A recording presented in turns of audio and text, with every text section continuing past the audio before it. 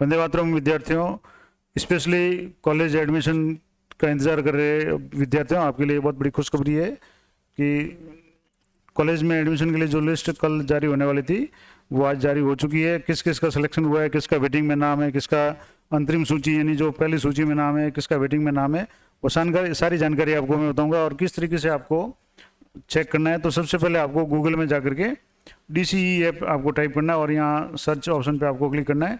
DCE में जैसे आप सर्च करेंगे तो ये पहले जो ऑप्शन आएगा http://dceapp.rajasthan.gov.in, इस पर आपको क्लिक करना है और यहाँ क्लिक करने के बाद में ये department of college education online admission 2022-23 खुल जाएगा। इसमें एक महत्वपूर्ण बात तो ये है कि date extended for the fee deposition second year third year up to 10 August. अगर आप सेकेंड ईयर या थर्ड ईयर में आपके कोई भी बड़े भाई बहन हैं तो उनके लिए सेकेंड ईयर और थर्ड ईयर की फीस जमा कराने की अंतिम तारीख उसको बढ़ा करके 10 अगस्त तक किया है। आपको 10 अगस्त तक उसकी फीस है वो जमा करानी है और इसके लिए अगर आपने जमा करा दिया तो उसकी रसीद प्रिंट करनी है तो यहाँ से आप कर सकते हैं और फीस जमा करानी है तो यहाँ आप क्लिक करें डिपॉजिट फीस पे, तो आपकी फ़ीस जमा हो जाएगी और आपको वेरीफाई करना है कि आपका ट्रांजैक्शन सही हुआ नहीं, तो यहाँ से चेक कर सकते हैं। अब मैं मेन जो अपडेट है उस पर आता हूँ कि यहाँ एक ऑप्शन आ रहा है सर्च मेरिट UG, मेरिट खोजें। यहाँ आपको क्लिक करना है, जैसे लाल कलर में ये ब्लिंकिंग हो रहा है तो यहाँ आप जैसे आप क्लिक करेंगे तो यहाँ आपको ये बताएगा कि आपका सिलेक्शन होगा नहीं होगा, या हुआ या नहीं हुआ, आपका वेटिंग लिस्ट में नाम है या अंतरिम सूची में नाम है, जैसा भी आपको है यहाँ आपको शो हो जाएगा। तो यहाँ आपके लिए यहाँ जैसे क्लिक करते ही आपके सामने एक तो enter your application number, date of birth और कैप्चा कोड भरना है। तो एप्लीकेशन नंबर का मतलब होता है जब आपने फॉर्म भरा था उस समय आपने जो भी एप्लीकेशन नंबर डायल किए थे या जो भी एप्लीकेशन नंबर आपके फॉर्म के आए थे, फॉर्म में काफ़ी 11, 12, 13 या 15 अंकों का जो एक एप्लीकेशन ID आई थी वो नंबर आपको यहाँ फीड करना है। उसके बाद में अपनी डेट ऑफ बर्थ और उसके बाद में अपना कैप्चा कोड आपको यहाँ फीड करना है। उसके बाद में आगे का प्रोसेस मैं आपको बताता हूँ। जैसे मैं एक स्टूडेंट को यहाँ आपको जैसे डेट ऑफ बर्थ है उसको कैलेंडर से सिलेक्ट करना है और मैं आपको करके बताता हूँ आपको।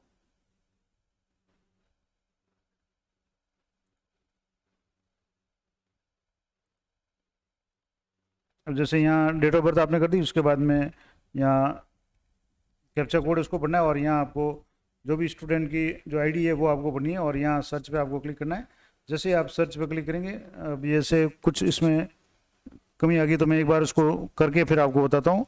ID वगैरह इसको आपको सही, क्योंकि काफ़ी लंबे अंक है, काफ़ी ज़्यादा अंक है और इसलिए 4, 8, 13, 14, 15, 16, 17, 18 अंकों की जो ID है तो उसको एक बार आपको थोड़ा सा ध्यान से भर के फिर आपको ये लॉगिन करना है। मैं आपको बताता हूँ। तो अब आप यहाँ ध्यान से एक तो आपको ये ध्यान रखना है कि डेट ऑफ बर्थ है वो सही भरें और कैप्चा कोड और ID डालने के बाद में यहाँ जैसे आप सर्च पे क्लिक करेंगे तो ये कैप्चा कोड थोड़ा सा गड़बड़ होता रहा है।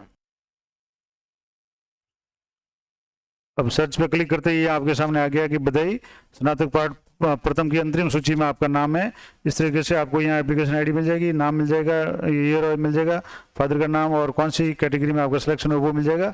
अब इसके आगे जो आपको क्या क्या चीज़ें ध्यान रखनी है या क्या है वो आपको बता रहा हूँ कि आप जो मूल प्रमाण पत्र और फोटोस्टेट प्रतियाँ लेकर के उपयुक्त महाविद्यालय में मूल प्रमाण पत्रों की जाँच हेतु निर्धारित तिथियों में उपस्थित हो। आगे आपके तिथियाँ दी हुई है, क्या क्या आपको ओरिजिनल ले जाना है। TC है आपको मूल रूप से ले जानी है, यानी आपके विद्यालय से TC आपको वहाँ से जो 12वीं जहाँ से उत्तीर्ण की है वहाँ से TC आपको लेनी है। इसके अलावा चरित्र प्रमाण पत्र जो TC के साथ ही आपको विद्यालय से मिल जाएगा। सरकारी परीक्षा यानी कि जो न्यूनतम योग्यता परीक्षा है जैसे 12वीं कक्षा है उसकी मूल अंक तालिका, क्योंकि अभी 10वीं 12वीं सभी की मार्क लिस्ट आ चुकी है, और 10वीं की मूल अंक तालिका जन्म प्रमाण पत्र हेतु यानी जन्म तिथि के लिए 10वीं की मूल अंक तालिका, 12वीं की मूल अंक तालिका, TC और CC, ये 4 चीज़ें आपको अनिवार्य रूप से ले जानी है। इसके अलावा जो आपके ऊपर लागू होता है वो चीज़ें आपको ले जानी है। जैसे एक इसमें आय से संबंधित जो प्रमाण पत्र है वो लगभग सभी के मांगते हैं, तो ये आपको एक फॉर्मेट भी मैंने पहले भी बताया था पिछले वीडियो में, और यहाँ आप साइट से भी जैसे ये मेन जो साइट है इसकी यहाँ से आप डाउनलोड कर सकते हैं। इसमें एक फॉर्म दिया हुआ है ये आय प्रमाण पत्र, जैसे यहाँ क्लिक करेंगे ये आय प्रमाण पत्र सामान्य एक है और इसमें अपने अभिभावक का नाम लिख करके, अभ्यर्थी का नाम लिख करके, वार्षिक आय लिख करके सो घोषणा करनी है, अपने पिताजी के साइन करवाना है और बाकी कुछ नहीं करना है, ये भर करके आपको तैयार रखना है। अब जैसे ये मैं बता रहा था कि यहाँ जैसे जो किसी भी एक स्टूडेंट का अगर हो गया उसमें क्या करना है अब आपको, ये तो हो गया जो मूल डॉक्यूमेंट अनिवार्य रूप से ले जाने TC CC,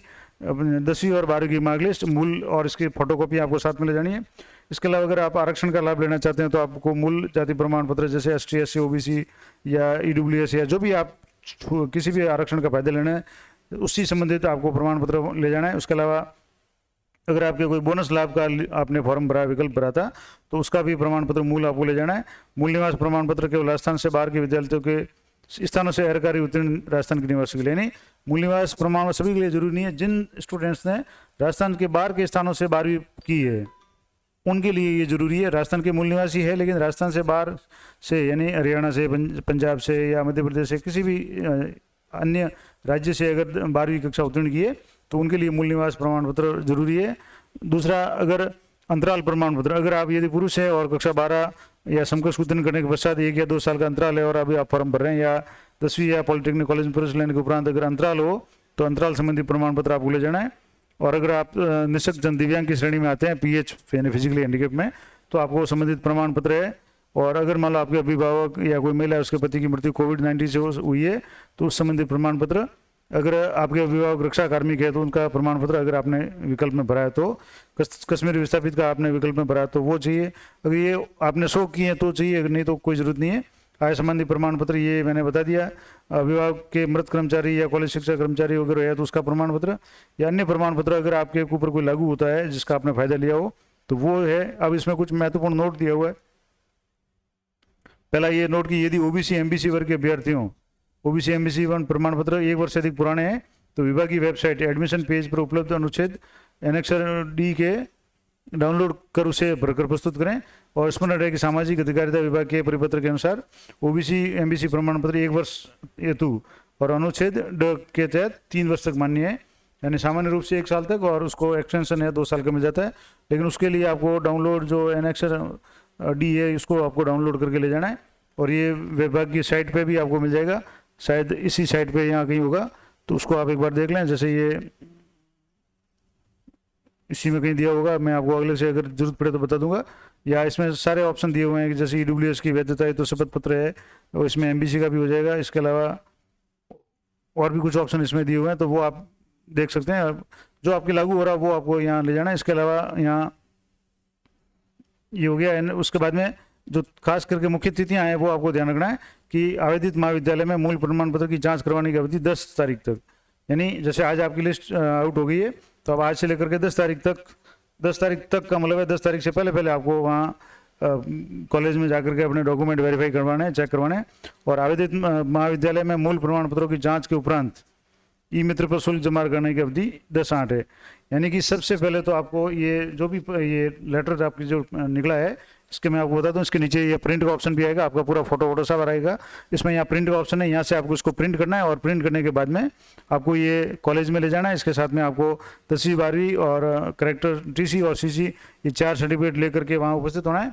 और अन्य जो भी आपके प्रमाण पत्र लागू होता है वो आपको ले जाना है। और वहाँ जाकर के कॉलेज में जो भी स्टाफ या जो भी वहाँ के स्टाफ है उनके सामने आपको ये ओरिजिनल डॉक्यूमेंट मिलान करने हैं और उनको फोटोकॉपी का सेट भी वहाँ मांगेंगे तो आपको 1-2 फोटोकॉपी के सेट इन डॉक्यूमेंट के एक्स्ट्रा आपको साथ में रखने हैं। उसके बाद में जब आपका वो फॉर्म ओके कर दें, सारे सेटिस्फाइड हो जाए कि आपके जो भी डॉक्यूमेंट है वो सही है, तब आपको वो कहेंगे कि ई-मित्र पे जाकर के आप अपनी फ़ीस जमा करें। तो आप ई-मित्र से या नेट बैंकिंग से किसी भी तरीके से आप ऑनलाइन फ़ीस जमा करा के उसकी जो रसीद है उसको भी आप वापस प्रिंट करवा के आप कॉलेज में जमा कराएं, तभी आपका जो एडमिशन है वो फाइनल माना जाएगा। अब जैसे ये शुल्क जमा कराने की अंतिम तिथि भी 10 तारीख है और डॉक्यूमेंट चेक की भी 10 तारीख है। तो आपको ज़्यादा इंतजार नहीं करना है। आपको जैसे आज पता चल गया तो आज या कल ही आपको अपने विद्यालय से TC CC और 10वीं 12वीं की मार्कलिस्ट लेकर के आपको वहाँ कॉलेज में अगर एडमिशन करवाना है तो वहाँ आप पहुँचें। और कितना शुल्क होगा तो राज्य के शुल्क 2 रुपये, छात्रवृत्ति कोर्स का 1270 रुपये, अन्य शुल्क है 685 रुपये, कुल मिलाकर 1957 रुपये आपको ये फीस है वो जमा कराना पड़ेगा। और फीस रसीद ये तो ये आपके किस नाम से फीस होगी ये फॉर्म आपने जो भरा था इसमें पूरी आपकी डिटेल आ गई है। और यहाँ आपके जिस फॉर्म को आप प्रिंट करके ले जाएंगे यहाँ आपके अभिभावक के हस्ताक्षर भी आपको करवाना है, ये भी ध्यान रखना है। कहीं ऐसा नहीं हो कि आप सीधे यहाँ से पहुँच जाएँ और आप जैसे इसमें जो आय है वो आपने उस समय जो भरी थी तो वो आय जो भी शो की हुई है वो आय का प्रमाण पत्र आपको ले जाना है। मैंने पहले बता दिया फॉर्मेट आय प्रमाण पत्र का कैसा होगा। जैसे ये इस तरह का फॉर्मेट है, इसमें जो भी आय आपने फॉर्म के समय भरी थी वही आय यहाँ भर के आपको अपने अभिभावक के साइन करवा के ले जाना है। और इसके अलावा यहाँ साइन भी करवाना है अभिभावक के। और उसके बाद में ये पूरा जो फॉर्म है वो आप जहाँ कॉलेज में जमा कराएंगे तो कॉलेज जो भी कमेटी होगी, एडमिशन कमेटी होगी, वो आपको यहाँ सब्जेक्ट अलॉटमेंट करेगी और यहाँ साइन करके आपको ये देगी। और उसके बाद में ये आपके सामने एक शपथ पूर्वक घोषणा का एक पत्र भी है कि मैं ये घोषणा करता हूँ कि नियमों का पालन करूँगा और महाविद्यालय संबंध जो भी है वो आपको पालन करके यहाँ आपको अपने नाम और साइन करने हैं और दिनांक और ये कॉलेज में ये इसको भी जमा कराना है।